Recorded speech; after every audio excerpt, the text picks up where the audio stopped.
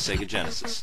Story for this game. That would be that Spot's on vacation, enjoying the surf, the beach, the sun, and just having a grand old time doing whatever a 7-Up Spot does.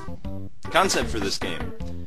This is a traditional platform game in the sense you have tons of different worlds that you explore, and your main goal and objective is to collect spots. So kind of cannibalistic if you think about it. You're collecting your own kind in order to win the game. For the easy difficulty, you collect 30 spots. For the rest of the game, you collect 60.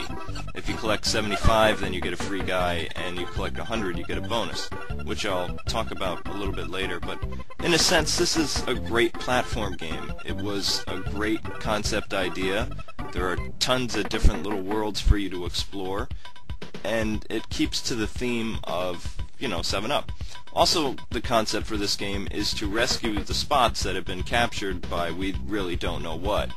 But you go around and you free your buddies in order to complete the game and the objective. Controls for this game. Okay, well, Spot is controlled pretty simple. All you do is you move the command cross left, right, up or down in order to control the direction you want Spot to go, and you'll push B button to make him jump. The Y button serves as kind of your seltzer spray. You can spray it in all directions, up, down, left, right, diagonal, sideways, upside down, whatever you want to call it. You can also use your seltzer spray when jumping, which is very, very cool feature. The faster that you pump the spray, the quicker it comes out. So pretty similar to all the other platformer games. Spot also automatically grabs holds of balloons, wires, things to climb and hold on to, so you don't really need to worry about that. That's still very traditional platforming. Spot also has the ability to control the camera, so he can see obstacles that are up or down. All he does is, you guessed it, you push up and down on the control stick, and he looks around. Cool Spot also has a couple power-ups, such as a timer which replenishes the time for the game, kind of 7-Up itself, which gives him health, and checkpoint flags that mark checkpoints for the game, so you can complete it with relative ease. That way when you get stuck, you can go right back. Designed for this game. For 1993, this was a very pretty game to look at. There are a lot of really great design ideas. Even the enemies and the destruction for the enemies is very well designed. There are lots of little cool, little scary things like tacks serve as things that can hurt you. There are also tons of other obstacles that are very well done, that are very childish in their design, but they work really well. There are also some really cool levels, such as like a train robbery of old from like the Wild West, but it's actually a toy train, so that's really cool.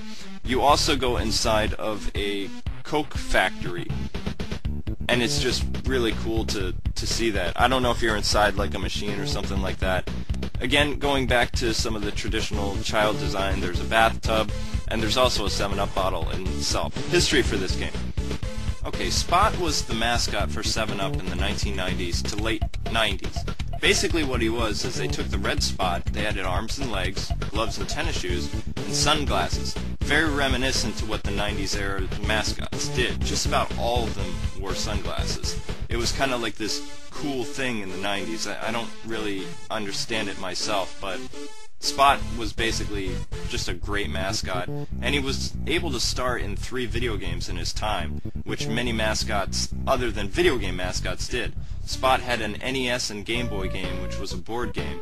The Super Nintendo and Genesis one was a platform one, which actually won video game awards. Sega gave it Best Music, and Game Informer in '93 gave it Best Sound. Spot Goes to Hollywood was his last endeavor in 1997. It was for the PlayStation, Sega Saturn, and Sega Genesis. Sorry, Spot. Alright, bad aspect about this game. Regrettably, Cool Spot isn't as good as you might think.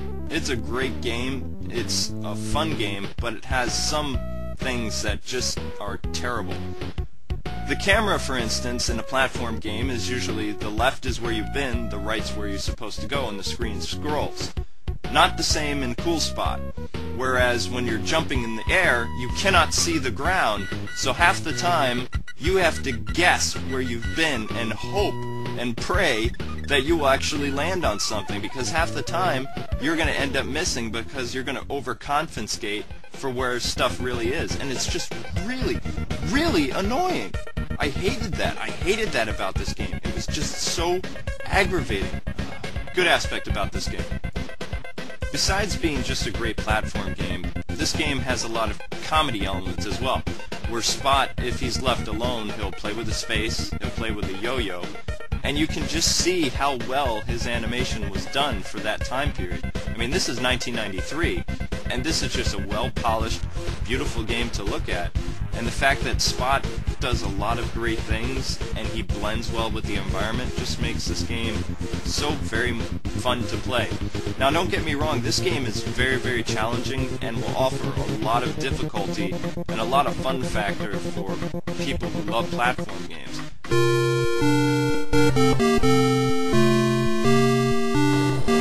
Oh man, what a great game. Dragon Warrior 3, a staple in the RPG community that should never be overlooked. Am I the only one that gets goosebumps whenever I listen to this song? I sure hope not. Anyway, this game is a classic and I really think I need to talk about it. Start off the game as yourself, the son of the legendary hero Ortega. You were sent by the king to go slay the evil demon lord Baramos. This is where your quest begins, and it begins pretty well. Now, right when you start the game, you get to go to the local eatery in the town of Alayan, where you start at, and you can do this. You can make up a party consisting of you and 3 other characters. You get characters like a soldier, which is your standard physical fighter, a pilgrim, which is your dude that can use healing magic, a wizard, which uses offensive magic, a fighter, which is kind of your martial arts type guy, which is kind of cool because he lands critical hits a lot, a merchant, which is, in my opinion, pretty fucking useless since the only useful thing you can do is appraise items before you sell them, find out how much you're going to get for them, and the goof off, which is the comic relief of the game, which is kind of useless in battle because a lot of times he does stupid shit like sing songs or hurt himself. But when you level him up, you could turn him into a sage without the Book of Satori, which is a side quest in this game. Now, for those who are wondering, a sage is just a character in the game who can do everything. He can fight well, he can cast healing magic and offensive magic. The battles in this game are simple, yet they were revolutionary at the time. Where you can pick and choose which enemy you want to attack, and you choose whether you want to hit them physically or use magic. This is actually pretty cool, and the main point of these battles is to gain experience, which you're going to need to do a lot of in this game. Plus you get gold too, which you can use to buy things. Another thing I really like about this game is the sheer size of the world that you explore in this game. I mean, look at this map. This game's world was about twice the size of Dragon Warrior 2, and that's actually pretty impressive. Well, pretty impressive those days. I mean, it was unthinkable to fit a world this big in a Nintendo cartridge. Also, this game contains tons of towns, dungeons, villages, and all kinds of places to explore. The total amount of locations in this game ranks over 30. Over 30 places to explore. That gives you a lot to do. Another really cool feature about this game is it has a day and night feature, where you can wander around outside till it becomes nighttime. Look, a drunk guy.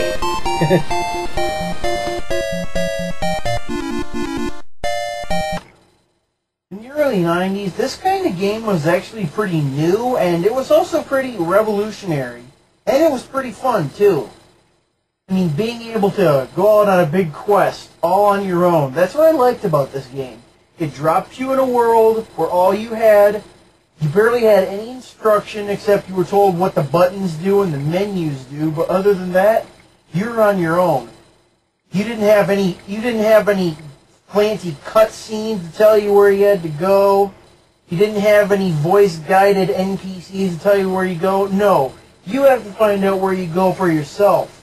Talk to people, wander around till you find something. The game is entirely up to you. And that's another thing I liked about this game. It's fourth wall breaking. Why? Because you're the hero. The hero is nobody but you. You're the one with the controller in the hands. You're the one who saves the princesses and fights the demons. You're not some overweight Italian plumber. You're not some green elf dude with a sword. You are you. And that was actually pretty cool. Dragon Warrior 3, you rock.